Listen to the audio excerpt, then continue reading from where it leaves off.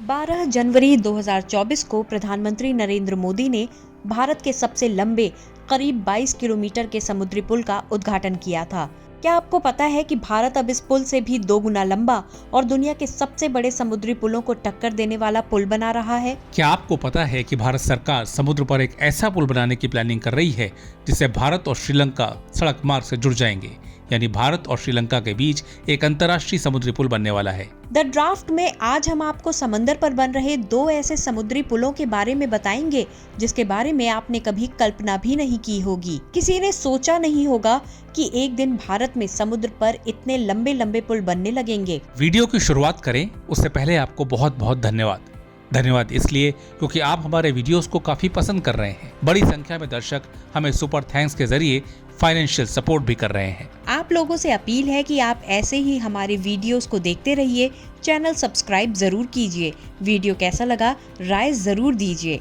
बड़ी संख्या में दर्शकों ने अलग अलग राज्यों के इंफ्रास्ट्रक्चर पर वीडियो बनाने के लिए सुझाव दिए, जिस पर हमारी टीम ने काम करना शुरू कर दिया है। अब आते हैं आज के टॉपिक पर। वैसे तो भारत में समुद्र पर कई पुल बन रहे हैं, लेकिन आज हम सिर्फ 2 समुद्री पुलों की बात करेंगे। सबसे पहले बात होगी मुंबई में समंदर पर बनने वाले वर्सोवा विरार सी लिंक की, जिसे महाराष्ट्र कैबिनेट से सैद्धांतिक मंजूरी मिल चुकी है। सर्वे का काम भी शुरू हो चुका है। इसके बाद बात करेंगे भारत और श्रीलंका के बीच बनने वाले उस पुल की जिसकी डिटेल प्रोजेक्ट रिपोर्ट यानी डीपीआर पर काम चल रहा है। साल 2018 में चीन ने हांगकांग में जुहाई और मकाऊ के गैमलिंग के बीच समुद्र पर एक पुल बनाया था।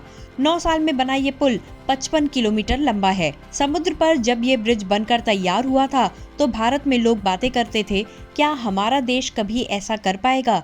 क्या भारत में समुद्र पर कभी इतना लंबा पुल बन पाएगा? 2018 में तो नहीं, लेकिन 2024 में भारत समुद्र पर 96 किलोमीटर लंबी सड़क बना रहा है, जिसका करीब 43 किलोमीटर हिस्सा पानी के ऊपर होगा, यानी समुद्री पुल होगा। ये पुल 22 किलोमीटर लंबे अटल सेतु से 2 गुना बड़ा होगा। इस पुल का नाम दिया गया है वर्सोवा विरार सी लिंक। वर्सोवा विरार सी लिंक को पालघर तक बढ़ाया जाएगा। इसकी तैयारी शुरू हो गई है। इस सड़क का मकसद मुंबई में नरीमन पॉइंट से पालघर तक सीमलेस कनेक्टिविटी प्रदान करने की है। इस पुल की डिटेल प्रोजेक्ट रिपोर्ट यानी डीपीआर पर काम जारी है। पहले इस पुल को बनाने की जिम्मेदारी महाराष्ट्र राज्य सड़क विकास निगम यानी MSRDC के पास थी, लेकिन सरकार ने अब इसके निर्माण का काम MSRDC से लेकर MMRDA को दे दिया है।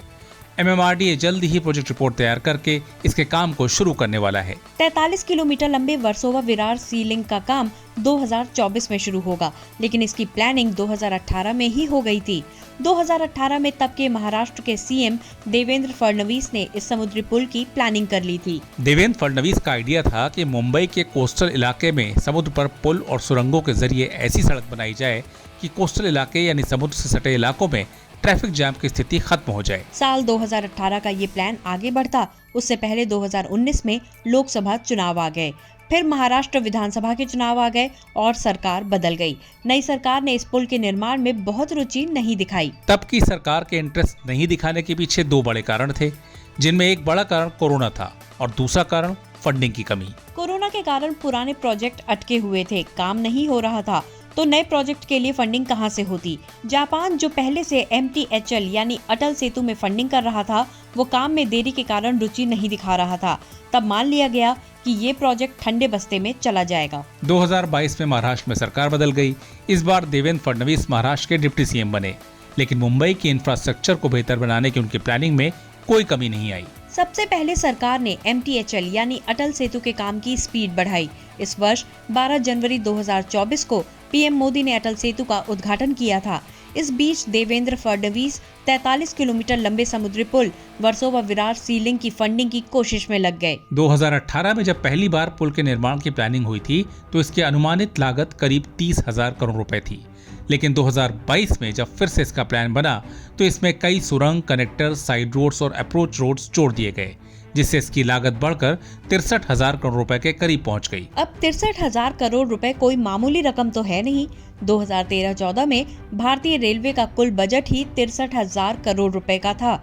ये रकम गोवा जैसे कई छोटे राज्यों के साल भर के बजट से ज्यादा थी। इतना ही नहीं, 22 किलोमीटर लंबे अटल सेतु को बनाने में 18,000 करोड़ रुपए लगे थे।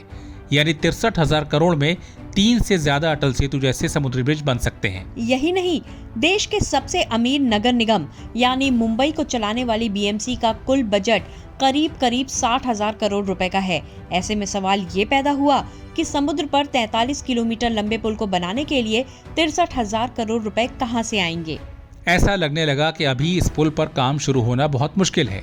अभी भारत के लोगों को 22 किलोमीटर लंबे अटल सेतु को ही देखकर खुश होना होगा, लेकिन ईमानदारी से प्रयास करें तो नतीजा जरूर निकलता है। इस मामले में भी ऐसा ही हुआ। इस समुद्री पुल की फंडिंग के लिए वही देश आगे आया जिसने मुंबई ट्रांस हार्बर लिंक यानी अटल सेतु के लिए फंडिंग की थी। इस देश का नाम है जापान।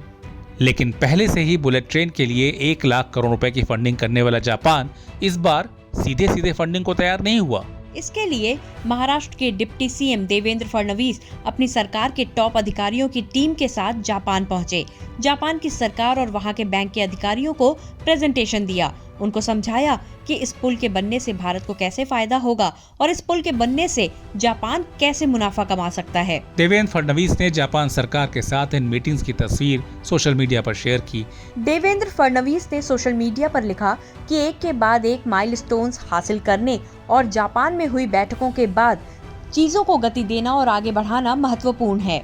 वर्सोवा विरार सीलिंग की फंडिंग के लिए जापान के तैयार होने के बाद ऐसा माना जा रहा है कि इसी वर्ष समुद्र पर बनने वाले 43 किलोमीटर लंबे पुल का काम शुरू हो जाएगा। अब एक एक करके इस पूरे प्रोजेक्ट की डिटेल को समझिए। सबसे पहले ये समझिए कि सिर्फ एक पुल का निर्माण नहीं हो रहा है, बल्कि ये वर्सोवा विरार समुद्री पुल एक कोस्टल रोड का हिस्सा है। ये कोस्टल रोड 96 किलोमीटर लंबी है, जिसमें 53 किलोमीटर हिस्सा जमीन पर होगा और 43 किलोमीटर का हिस्सा समुद्र पर होगा। 43 किलोमीटर का वर्सोवा विरार सी लिंक वर्सोवा से शुरू होकर मध्य गोराई वसई होते हुए विरार में जाकर खत्म होगा। ये पुल 8 लेन का होगा, 4 लेन जाने के लिए और 4 लेन आने के लिए होंगे। इस पुल की सबसे बड़ी खासियत यह है कि इसमें 4 कनेक्टर होंगे, जिनकी लंबाई करीब 53 से 48 किलोमीटर के बीच होगी। अभी इसके फाइनल अलाइनमेंट पर रिपोर्ट तैयार की जा रही है। ये थोड़ा ज्यादा और कम भी हो सकते हैं। सामान्यतः क्या होता है कि पुल का एक एंट्री पॉइंट होता है और एक एग्जिट पॉइंट होता है, लेकिन वर्सोवा विरार सी लिंक में ऐसा नहीं है। इस पुल पर मेन एंट्री और एग्जिट पॉइंट के अलावा 4 और कनेक्टर होंगे। प्री फिजिबिलिटी स्टडी के मुताबिक वर्सोवा विरार सी लिंक को समुद्र में मौजूदा कोस्टल सीमा से 1 किलोमीटर दूर बनाया जाएगा। अगर कनेक्टर्स की बात करें तो वर्सोवा विरार सी लिंक का पहला कनेक्टर विरार से शुरू होकर दिल्ली मुंबई एक्सप्रेसवे से जुड़ेगा। इसके लिए 8 लेन की सड़क बनेगी, जो इसी प्रोजेक्ट का हिस्सा होगा। दूसरा कनेक्टर वसई से शुरू होकर नेशनल हाईवे 48 में मिलेगा। तीसरा कनेक्टर उत्तन से शुरू होकर मीरा भाईंदर के पास मिलेगा। चौथा कनेक्टर मनोड़ी ब्रिज के पास से शुरू होकर चारकोप में खत्म होगा। यानी इन 4 कनेक्टर से इस पुल पर एंट्री की जा सकेगी और एग्जिट भी होगी। MMRDA के एक अधिकारी के मुताबिक जब वर्सोवा विरार सी लिंक तैयार हो जाएगा तो एक दिन में कम से कम 60,000 गाड़ियां इस पर चल पाएंगी।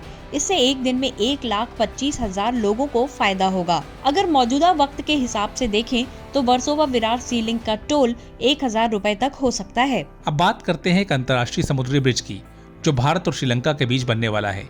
ये पुल भारत में तमिलनाडु के धनुषकोडी को श्रीलंका के तलाई मन्नार से जोड़ेगा, जो करीब 23 किलोमीटर लंबा होगा। धनुषकोडी में ही भगवान राम द्वारा बनाया गया राम सेतु है। माना जा रहा है कि उस अलाइनमेंट पर नए पुल का निर्माण होगा। मीडिया रिपोर्ट्स के मुताबिक जुलाई 2022 में श्रीलंकाई राष्ट्रपति रनिल विक्रमसिंघे की दिल्ली यात्रा के दौरान इसकी चर्चा हुई थी। भारत और श्रीलंका के बीच त्रिंकोमाली और कोलंबो के बंदरगाहों के बीच पुल कनेक्ट करने पर बातचीत हुई। दोनों देश इसकी व्यवहारिकता की जांच के लिए सहमत हुए थे। इसके बाद विदेश मंत्रालय ने अन्य मंत्रालयों और विभागों से इस विषय पर चर्चा की। इस दौरान विदेश मंत्रालय ने सबसे पहले पुल की व्यवहारिकता के अध्ययन के बारे में रिपोर्ट तैयार करने की बात कही थी। इस समुद्री पुल की जरूरत को लेकर चर्चा 1 दशक से अधिक समय से जारी है।